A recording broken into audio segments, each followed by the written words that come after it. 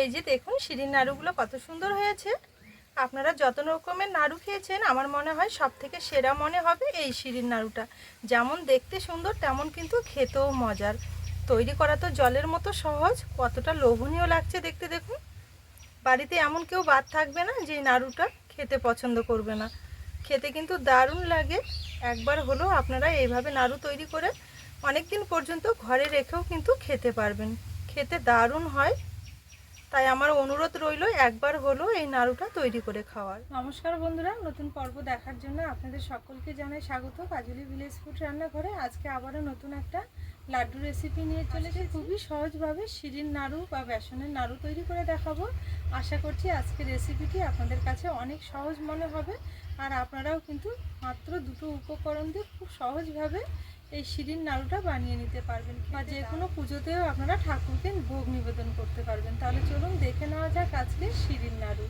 আমার চ্যানেলে নতুন বন্ধু হয়ে থাকলে সবার আগে চ্যানেলটি সাবস্ক্রাইব করে পাশে থাকা বেল আইকনটি ক্লিক করবেন, যাতে সবার আগে নতুন ভিডিওগুলো আপনাদের কাছে পৌঁছে যায়। আর যারা ফেসবুক পেজ থেকে দেখছেন, পেজটা অবশ্যই একবার ফলো। নাড়ু বানানোর জন্য সবার প্রথমে একটা বেসনের ডো মেখে নেব। তার জন্য এখানে একটা বড় বাটি নিয়েছি। বাটিতে এবারে একটা ছাঁকনি বসিয়ে নেব। এবারে এটার মধ্যে নিয়ে নেব ভর্তি ভর্তি এক বাটি বেসন। বেসনটা নেওয়ার আগে অবশ্যই একটু চেলে নিতে হবে, তাহলে বেসনের মধ্যে যে ডেলা ভাবগুলো থাকে সেগুলো আর থাকবে না। এইভাবে একটু চেলে নিতে হবে।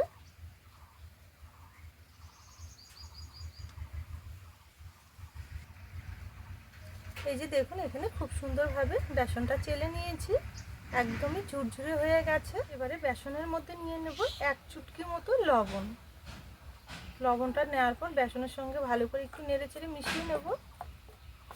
মিষ্টি জাতীয় খাবারে সামান্য একটু লবণ দিলে দেখবেন খেতে ভালো লাগে, মিষ্টির স্বাদটা অনেকটাই কিন্তু চেঞ্জ হয়ে যায়। এবারে বেসনের মধ্যে নিয়ে নেব সামান্য একটু কেশরি ফুড কালার। এই কালারটা দেওয়ার কারণে লাড্ডুগুলো দেখতে অনেকটা সুন্দর হবে। হাতের কাছে থাকলে দেবেন, না দিলেও অসুবিধা নেই, পুরোটাই এটা অপশনাল। এবারে অল্প অল্প করে জল দিয়ে খুব সুন্দরভাবে একটা ডো মেখে নেব। জলটা কিন্তু একদমই অল্প অল্প করে দিতে হবে, কারণ এই ডোটা কিন্তু খুব একটা নরম হবে না, একটু শক্ত মতো করে মেখে নিতে হবে।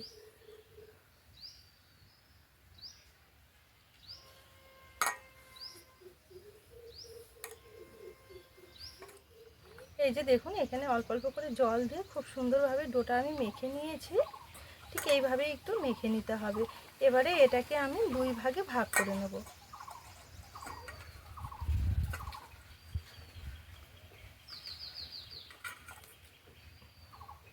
এই যে দেখুন এখানে সমান দুটো ভাগে ভাগ করে নিয়েছি।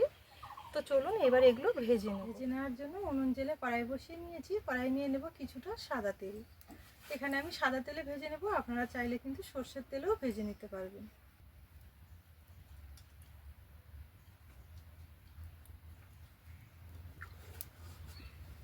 এবারে তেলটা একটু গরম করে নেব।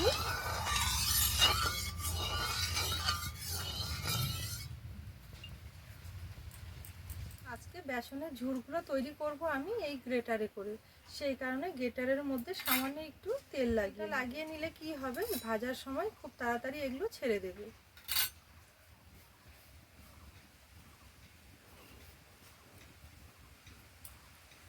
এবারে এখান থেকে একটা ডো নিয়ে নেব।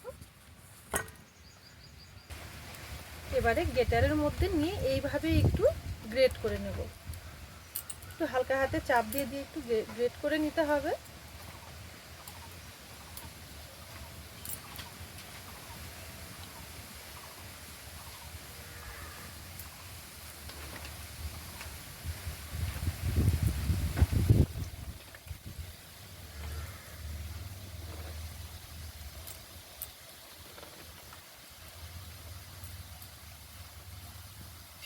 দেখুন এখানে গ্রেটারে এইভাবে গ্রেট করে তেলের মধ্যে পড়লেই দেখবেন খুব সুন্দরভাবে এগুলো কিন্তু ছেড়ে দেবে।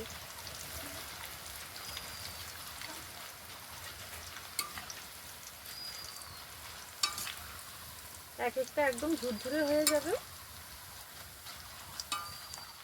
এবারে হালকা আছে এইভাবে একটু নেড়ে চেড়ে 1 মিনিট মতো ভেজে নিলেই দেখবেন খুব সুন্দরভাবে ভাজা হয়ে যাবে। এই যে দেখুন এইভাবে হালকা আছে নেড়ে চেড়ে 1 মিনিট মতো ভেজে নিয়েছি। আর এগুলো কিন্তু খুব সুন্দরভাবে ভাজা হয়ে গেছে। এবারে তেল ছেঁকে এইভাবে তুলে নেব।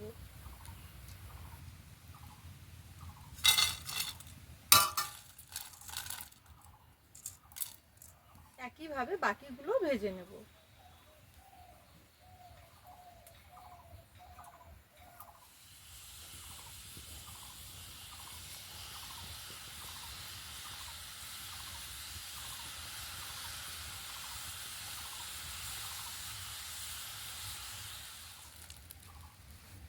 এবারে গুড়টা পাক দিয়ে নেব, তার জন্য আবারও কড়াই পরিষ্কার করে বসিয়ে নিয়েছি।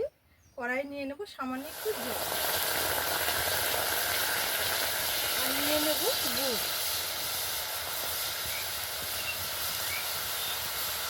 এবারে নেড়ে চেড়ে জলের সঙ্গে গুড়টা গলিয়ে খুব সুন্দরভাবে একটু পাক দিয়ে নেব।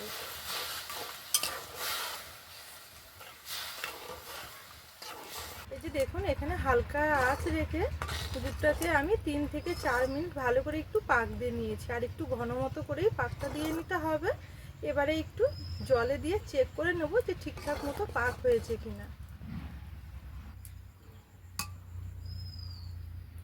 এবারে এখানে একটা বাটিতে জল নিয়েছি, জলের মধ্যে সামান্য একটু গুড় দিয়ে দেব।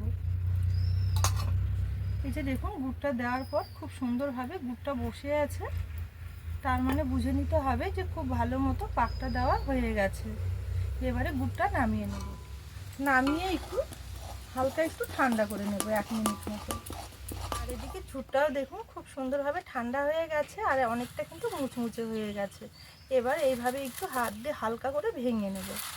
এইভাবে ভেঙে নিলে কি হবে, নাড়ুগুলো বাঁধার ক্ষেত্রে অনেকটাই কিন্তু সুবিধা হবে।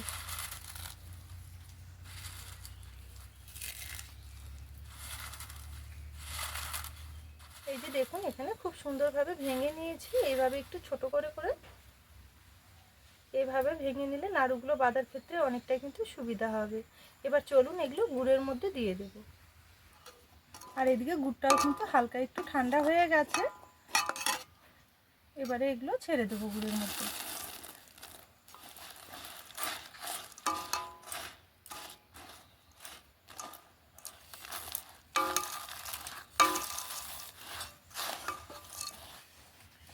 গুড়ের মধ্যে দেওয়ার পর ভালো করে একটু নেড়ে চেড়ে নেব।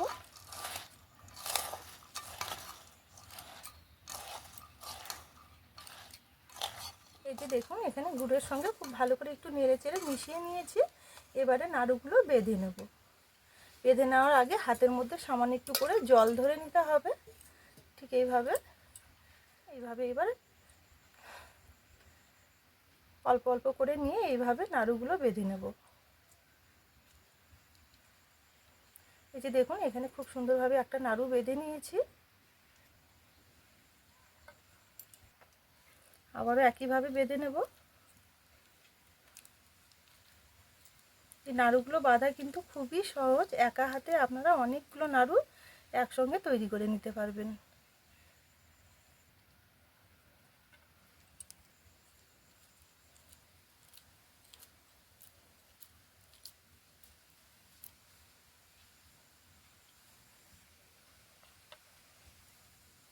একইভাবে সম্পূর্ণ নাড়ুগুলো বেঁধে নেব।